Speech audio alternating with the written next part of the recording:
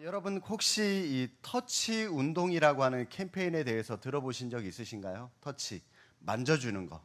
예. 미국을 중심으로 시작된 그런 운동인데요. 지금 전 세계로 확산되고 있는 캠페인 가운데 하나입니다. 심리학자들과 의학자들의 연구에 의하면 이 터치, 이 만지는 거죠. 사람과 사람의 스킨십이 인간에게 굉장히 중요하다라고 합니다. 예를 들면 조사나의 경우 마사지를 해주면 마사지도 일종의 이 만져주는 거잖아요. 터치죠. 이런 스킨십을 해주지 않은 아이들에 비해서 50% 정도나 더 빨리 발육을 한다고 합니다. 또 이 스킨십이 어린 아이들이 어릴 때 그래서 아이들을 많이 안아주고 만져주고 보듬어주면 두뇌 발달에 큰 효과가 있고요. 정서적인 안정에도 큰 도움이 된다고 합니다. 만약 이 어린 시절에 스킨십이 부족하면 그 아이 지능 지수도 낮아지게 되고 성장한 후에 사회 적응력도 떨어지게 되고 우울증에 시달릴 수도 있다라고 하는 그런 연구 결과가 있습니다. 실제로 세계 2차 대전이 끝나고 유럽과 미국에 수많은 전쟁 고아들이 생겼었습니다. 그래서 국제사회는 이 전쟁 고아들을 위해서 인도적인 차원에서 많은 재정적인 지원을 했었습니다. 그 결과 좋은 시설을 갖춘 훌륭한 고아원들이 많이 생겨났고요. 전쟁 고아들은 비록 고아들이었지만 일반 가정에 자라는 그런 아이들보다 더 풍요롭게 살 수 있었다고 합니다. 그런데요, 이상하게도 이 고아원 아이들은 보통 가정의 가난한 아이들에 비해서 성장 발육이 느렸고요.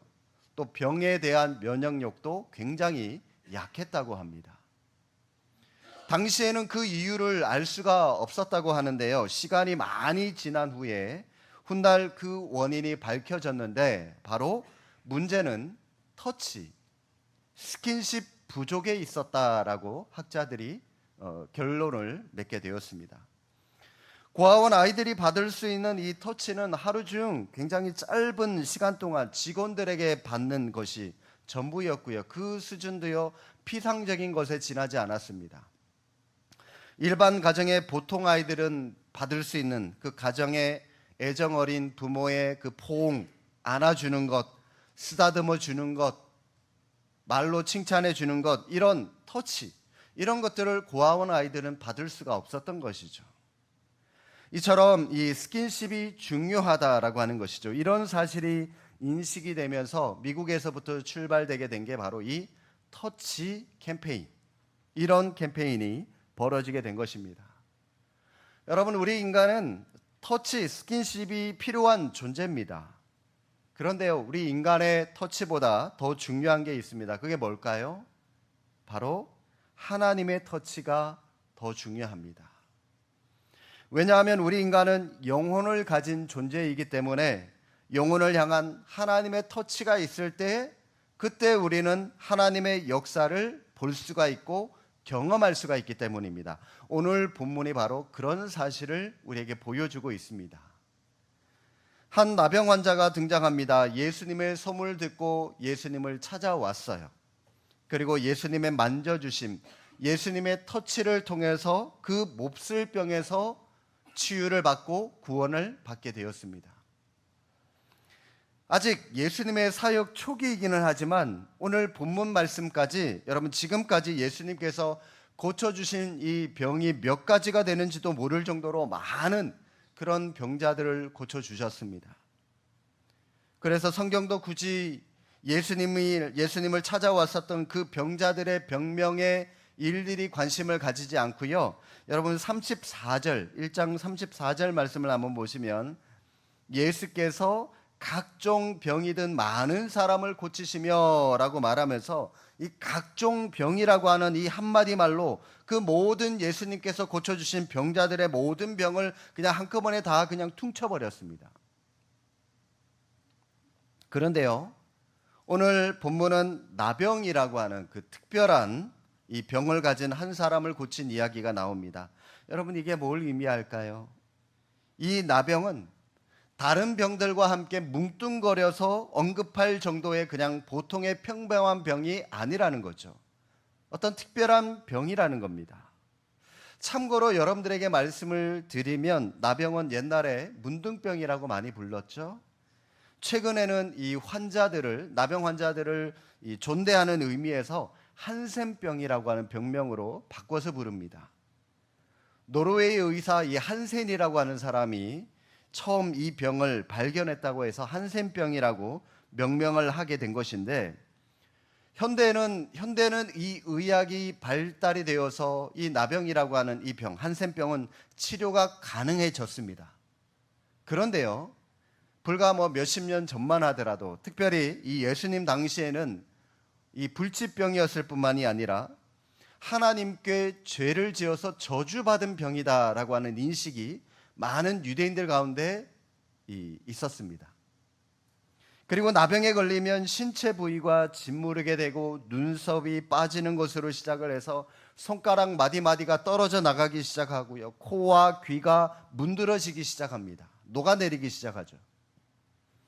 그처럼 문제는 사람이 이처럼 흉측하게 변하는데 통증이 없다는 겁니다. 그게 그 나병의 특징인데, 마치 이 죄가 영혼의 감각을 마비시키는 것처럼 나병이라고 하는 것도요, 한 사람의 모든 육신을 다 마비시키는 것과 마찬가지. 그리고 그렇게 통증 없이, 고통 없이 서서히 죽어가게 만드는 것이 바로 이 나병의 특징입니다. 뿐만 아니라 많은 사람들로부터 왕따를 당하고 격리되는, 치욕을 당하는 심리적인 고통도 굉장히 컸습니다. 여러분, 오늘 본문 말씀을 좀 체크를 해 두시고요, 레위기 말씀을 한번 좀 찾아가 보시겠습니다. 나병 환자들이 얼마나 괴로웠을지 짐작하게 만드는 말씀이 나와 있는데, 레위기 13장으로 넘어가 보겠습니다. 레위기 13장 45절 46절을 보시기 바랍니다. 구약 성경 165쪽에 있습니다. 레위기 13장 45절 46절. 여러분 형광펜이나 볼펜 가지고 계시면 체크해 놓으셔도 좋겠습니다. 이 나병이라고 하는 병이 성경에 많이 언급되고 있기 때문에 이 사람들의 마음을 여러분 간접적으로 이해하기 위해서라도 좀 체크해 두시고 수시로 보셔도 좋을 것 같아요. 우리 함께 말씀 한번 읽어보시겠습니다. 나병 환자는 옷을 찢고 머리를 풀며 윗입술을 가리고 외치기를 부정하다 부정하다 할 것이요, 병 있는 날 동안은 늘 부정할 것이라. 그가 부정한즉 혼자 살되 진영 밖에서 살지니라. 나병에 걸리면 옷을 찢어요, 머리카락을 풀어 헤쳐요, 그리고 마을을 떠나야 했습니다. 옷을 찢고 머리를 푼다라고 하는 것은 여러분 장례식을 연상하게 합니다. 이처럼 나병 환자는 죽은 사람으로 간주되었습니다. 시체가 부정한 것처럼 나병 환자도요, 살아있지만 시체처럼 부정하다는 겁니다. 뿐만 아니라 가족이나 사회로부터 격리되어서 진영 밖에서 혼자 살아가야 됩니다. 혹시라도 다른 사람들이 볼세라 피해 다녀야 되고요, 멀리 사람들이 오는 것이 보이면 윗입술을 가리고 부정하다 부정하다. 무슨 말이죠? 부정한 내가 지나가니까 당신들은 정상적인 사람이니까 부정한 나를 피해 다니십시오. 그런 말을 하고 있는 겁니다. 이처럼 괴롭고 외로운 나날을 보내야 했던 사람들이 나병 환자들이에요. 그런 나병 환자가 지금 예수님을 찾아왔습니다. 하지만 원칙적으로 이 사람은 예수님을 찾아가면 안 되는 사람입니다. 예수님께 나아가면 안 되는 사람이에요. 왜냐하면 조금 전에도 말씀을 드렸듯이 나병 환자는 시체와 같은 부정한 사람이기 때문에 일반인들에게는 절대로 접근할 수 없기 때문입니다. 심한 경우에는 돌에 맞아 죽을 수도 있습니다. 그럼에도 불구하고 이 나병 환자는 나병에 걸려서 이대로 죽나, 사람들에게 돌에 맞아 죽나, 어차피 죽는 것은 똑같은 거니까 용기를 내어서 예수님께 갑니다. 그런데 놀랍게도 예수님을 만나서 고침을 받았습니다. 기적의 역사가 나타나게 된 것이죠. 그런데 여러분, 주님을 찾아온 이 나병 환자의 말이 조금 특이합니다. 다시 본문으로 넘어오셔서, 병에 걸렸어요. 주님을 찾아갔어요. 뭐라고 해야 됩니까? 주님, 제 병을 좀 고쳐주십시오. 그 얘기를 해야 되는데 그 말을 하지 않고요. 여러분 40절 말씀을 보시기 바랍니다. 뭐라고 부탁하죠? 40절에 보니까 원하시면 저를 깨끗하게 하실 수 있습니다. 원하시면. 여러분, 그가 예수님께 이렇게 말한 것은 나병에 대한 인식 때문입니다. 자기는 부정한 사람입니다. 하나님께 저주를 받은 사람이라고 말씀을 드렸어요. 이 나병이라고 하는 병의 특성상 감히 고쳐달라고 부탁할 처지가 아니라는 겁니다. 다른 병자들이야 예수님이 고쳐주면 낫겠지만 자기는 달라요. 자기 같은 이런 하나님의 저주를 받은 사람도 예수님의 은혜를 기대할 수 있을지 의문이 들었던 거죠. 그래서 그저 당신의 처분에 맡길 뿐입니다. 이런 의미에서 원하시면이라고 하는 단서를 붙일 수밖에 없었던 것입니다. 그래서 어떻게 되었습니까? 예수님이 그를 불쌍히 여기셨습니다. 여러분, 이 나병 환자를 치유하는 과정에 우리가 주목할 부분은 바로 예수님의 손입니다. 손. 41절, 예수께서 불쌍히 여기사 손을 내밀어 그에게 대시며 이르시되. 예수님은 손을 내밀어 나병 환자를 만지시면서 그를 고쳐주셨습니다. 주님이 그를 만지신 이후 그를 불쌍히 여기셨다라고 말씀합니다. 여러분, 여기서 이 불쌍히 여기다라고 하는 헬라어 원어의 뜻은 창자가 끊어지는 것 같다라고 하는 그런 뜻입니다. 예수님은 나병 환자를 보고 창자가 끊어지는 것 같은 그런 아픔을 느끼셨던 거예요. 그래서 주님은 말씀만으로도 충분히 고칠 수 있는 분이신데 굳이 그를 불쌍히 여기시면서 손을 대시면서 위로해 주시고 만져주신 것이죠. 율법에 의하면 나병 환자한테 손을 대면 안 됩니다. 나병 환자를 절대로 만지면 안 됩니다. 왜냐하면 나병 환자에게 손을 대는 순간 그 사람도 같이 부정하게 되기 때문이에요. 그러나 예수님은 그런 것에 아랑곳하지 않고요. 창자가 끊어지는 듯한 아픔을 느끼면서 그에게 손을 대셨습니다. 주님이 이렇게 하셨던 것은 주님은 그 나병 환자가 겪고 있는 육체적인 고통도 고통이지만 그보다 정신적인 고통이 훨씬 더 심하다라고 하는 것을 알고 있었기 때문입니다. 그 당시 사람들, 이 나병이라고 하는 것, 하나님 앞에서 무서운 죄를 짓고 하나님을 진노하게 해서 생긴 병이라고 하는 그런 생각을 가지고 있었다고 제가 말씀을 드렸죠. 그래서 사람들은 누가 나병에 걸렸다고 하면은 도대체 저 인간 하나님께 무슨 죄를 지었길래 저 따위 저런 병이나 걸리냐, 그러면서 많은 사람들이 그 사람을 조롱하고 비난하고 모독적인 말을 퍼붓는 거예요. 그런데 여러분, 나병 환자의 입장을 한번 생각을 해 보십시오. 아무리 생각을 해봐도 자기는 하나님 앞에 이런 저주받을 짓을 한 적이 없거든요. 그런데 모든 사람들이 자기를 비난하는 겁니다. 나병에 걸렸다는 이유 하나 때문에. 뿐만 아니라 나병에 걸리면 사회적으로 격리시킵니다. 저주받은 놈과 함께 살 수 없다는 거죠. 사람들이 그를 인격적으로 대해주지 않습니다. 그에게 육신의 질병 못지않게 마음의 심각한 병이 지배하고 있다는 것을 우리 주님은 너무나도 잘 알고 있었습니다. 육신의 질병을 고침받기 전에 먼저 내면의 상처가 치유되어야 된다는 사실을 알고 계셨습니다. 그래서 주님은 사랑으로 그를 만져주신 거죠. 주님은 그저 그 나병 환자의 겉으로 드러나는 육신의 질병만 치료하기를 원하시는 것이 아니라 그의 내면에 드러나지 않은 마음의 상처까지도 만져주시고 치유되기를 원하셨던 것입니다. 또 하나 여러분, 사람들이 이 나병 환자를 왜 피해 다닐까요? 왜 그 나병 환자를 공동체로부터 격리시켜서 혼자 진영 밖에서 살아가도록 할까요? 하나님께 저주받은 사람과 같이 살 수 없기 때문이라고 하는 그 이유도 있지만, 앞에서도 잠깐 여러분들에게 언급을 드렸듯이 궁극적으로 사람들은 자기가 약하다라고 하는 것을 잘 알고 있기 때문입니다. 그에게 손을 대는 순간 그 사람을 만진 사람도 부정하게 되고요. 뿐만 아니라 나병이라고 하는 병원균에 그 사람도 전염될 수 있기 때문에 피해 다니는 겁니다. 그 나병 환자가 가지고 있는 병원균보다 내 육신이 훨씬 더 약하다라고 하는 것을 알고 있기 때문이죠.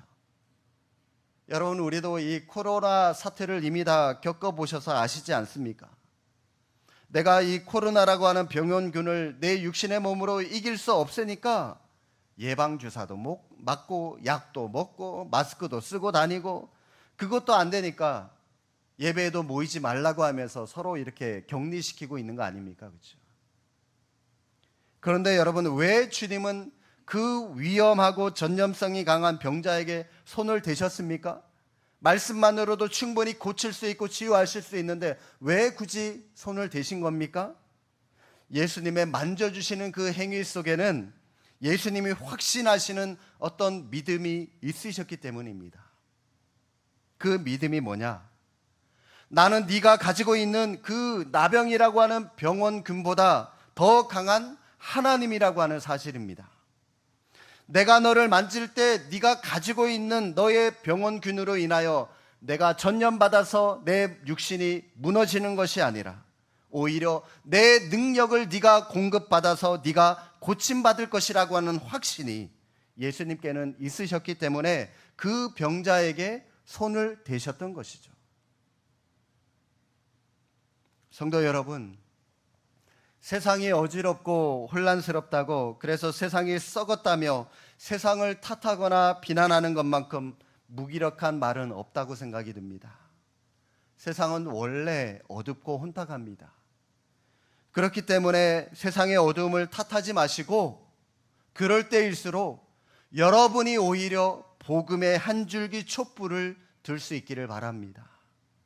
그 어두움을 밝히는 예수 그리스도, 그 능력의 말씀으로 무장한 우리가 한 줄기 복음의 빛을 들게 될 때 어두움은, 세상의 어두움은 우리가 가지고 있는 그 주님의 능력 때문에 물러가게 될 줄로 믿습니다. 예수님은 사랑으로 그 나병 환자를 만지시면서 고쳐주셨습니다. 그리고 이렇게 말씀하시죠. 44절, 이르시되 삼가 아무에게 아무 말도 하지 말고 내 몸을 제사장에게 보이고 내가 깨끗하게 되었으니 모세가 명한 것을 드려 그들에게 입증하라 하셨더라. 예수님이 나병 환자에게 두 가지를 당부하셨습니다. 아무한테도 알리지 말라. 또 하나, 제사장에게 몸을 보여서 깨끗하게 된 것을 입증하라는 것이죠. 나병 환자는 말씀드렸죠. 공동체에서 추방되어서 진영 밖에서 혼자 지낼 수밖에 없었던 그런 사람이었습니다. 그런데 혼자 지내는 중에도요, 저절로 그 나병을 나을 때가 있었습니다. 왜냐하면 당시에는 이 피부병을, 모든 피부병을 다 나병이라고 치부했기 때문에 작은 이 간단한 피부병 정도는 혼자 지내다가 나을 때도 있었기 때문입니다. 그런데 그런 사람이 공동체에 들어오기 위해서는 필요한 절차가 있었는데 그 절차를 밟으라는 거죠. 주님의 사랑으로 나병 환자가 나았습니다. 그런데 그것으로 다 된 게 아니에요.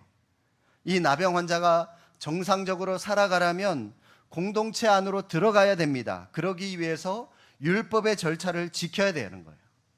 제사장을 찾아가서 나은 그 몸을 보여주라는 거죠. 깨끗하게 내가 치료받고 정상인이 되었다라고 하는 것을 보여주라는 거죠. 여기까지는 우리가 이해가 되는데, 그런데 주님은 다른 사람들에게 아무 말도 하지 말라고 합니다. 왜 주님은 아무한테도 네가 나았다, 고침을 받았다라고 하는 사실을 알리지 말라고 말씀을 하셨던 것일까요? 예수님은 당시 이스라엘 전역에 굉장히 유명한 분이셨어요. 이미 예수님에 대한 소문이 이스라엘 구석구석에 이미 쫙 퍼져 있습니다. 오죽하면 격리되어서 혼자 지내고 있는 나병 환자에게까지도 예수님의 소문이 들리게 되고 그 소문을 듣고 예수님을 찾아갈 정도였으니까 이미 예수님에 대한 소문은 쫙 퍼져 있었던 거죠. 그런데 예수님에 대한 소문을 들었던 많은 사람들, 예수님을 어떤 분으로 생각을 하고 있었을까요? 예수님을 어떻게 생각하고 있었을까요? 아마 그냥 치유 능력이 조금 있는 그런 신기한 사람 정도로만 생각하지 않았겠습니까? 우리 생각에는 기도에서 병이 나으면 자연스럽게 예수님을 믿지 않겠느냐 싶겠지만 여러분 절대 그렇지 않습니다. 과거 여러분 이성봉 목사님 아실지 모르겠습니다. 이성봉 목사님과 함께 해방 전부터 오래된 그런 부흥사 목사님 가운데 한 분이었던 박재봉 목사님이라고 하는 분이 계신데 감리교 목사님이세요. 이분이 해방 전부터 1970년대까지 집회를 인도를 하면서 공개적으로 집계된 숫자만 8,800명에게 치유의 이적을 행했다고 합니다. 제가 어떤 자료를 살펴보니까 그분의 그 기도로 인해요 치유한 병자가 4만 명에 달한다라고 하는 그런 비공식적인 집계도 있었습니다. 굉장히 많은 사람이 집회 가운데 치유의 능력을 경험을 했죠. 여러분 그때 당시에는 이 병원들이 많이 없었잖아요, 그렇죠? 뭐 의사나 간호사나 이런 분들도 많이 없었으니 이 기도로 치유받은 사람들 얼마나 감사합니까? 그런데요, 이 목사님이 나중에 기도로 병 고침을 받은 사람들 가운데 80% 이상이 신앙생활을 하지 않는 것을 알고요, 예수님을 믿지 않는 것을 알고 충격을 받게 됩니다. 80% 이상이. 그래서 목사님은 하나님께 이런 기도까지 했다고 합니다. 자신에게서 신유의 은사를 거둬달라고. 그렇게 기도까지 하면서 이후부터는 치유 사역을 하지 않았다고 합니다. 그 이후로 이분의 사역은 여러 은사가 있었음에도 불구하고 부흥 집회에서 은사를 강조하기보다 하나님의 말씀인 성경을 더 많이 강조한 그런 부흥사 가운데 한 명이었다고 합니다. 기도로 병을 고치면 복음 전파에 도움이 될 것이다? 여러분 그런 생각은 너무나 순진한 발상입니다.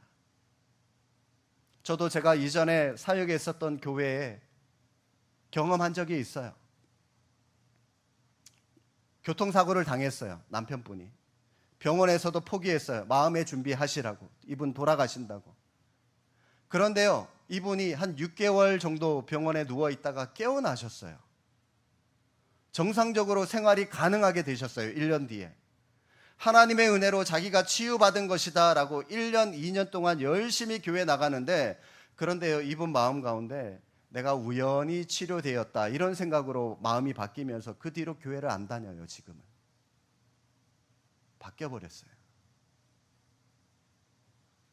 물론 하나님은 기적을 통해서 하나님의 살아계심을 직접 보여주실 때도 있지만 때로는 이와 같은 역기능도 있을 수가 있습니다. 십자가에 집중하기보다 병 고침이 더 중요하게 부각될 수 있기 때문이죠.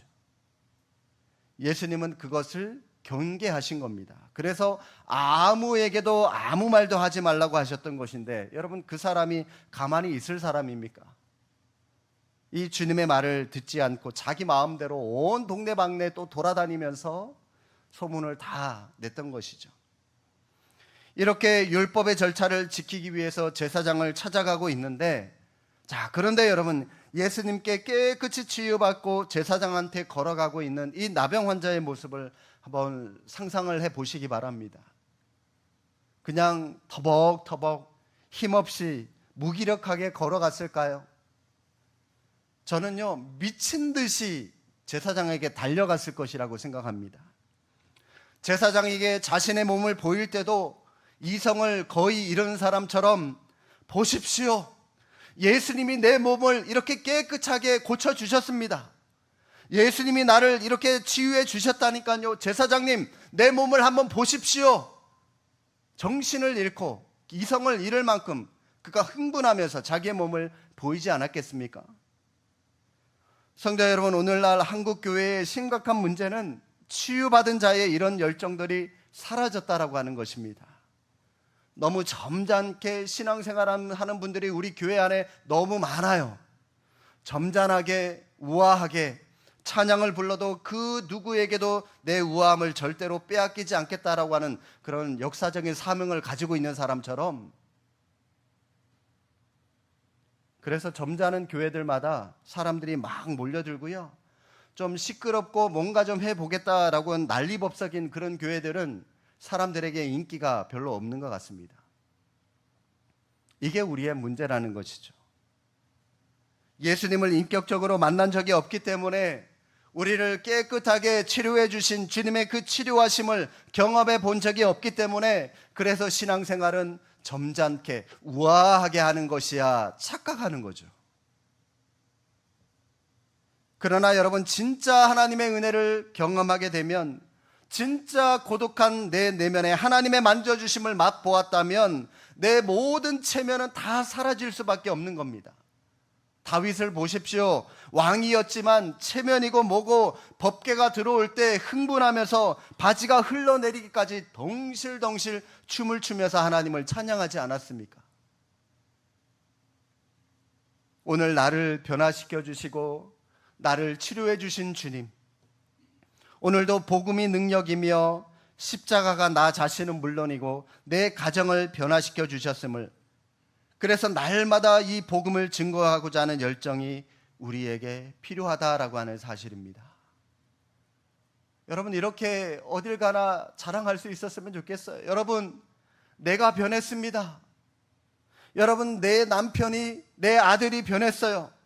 하나님께서 내 가정을 바꾸어 주셨습니다. 여러분, 이 감격이 우리 안에서 터져 나올 수 있기를 주님의 이름으로 축복합니다. 뭔지는 모르지만, 무슨 차이가 있는지는 모르지만, 오늘 분명히 예배 가운데 하나님께서 나를 만져주셔서 나를 치료해 주시고 내 상한 마음을 주님이 알고 계신 것이 분명해. 그래서 내가 그 주님을 찬양할 수밖에 없습니다. 이런 감사와 감격이 있는 예배가 모든 예배가 될 수 있기를 바랍니다. 예배 때마다 나를 만져주시고 나를 깨끗하게 해주시는 그 주님의 능력으로, 주님, 내가 이번 한 주간도 의로운 주님의 자녀로 주님을 드러내며 복음을 자랑하며 이 땅을 밝히며 살아가겠습니다 라고 하는 그 고백으로 하나님께 기쁨이 되는 신실한 주님의 제자들 다 되시기를 주님의 이름으로 축복합니다.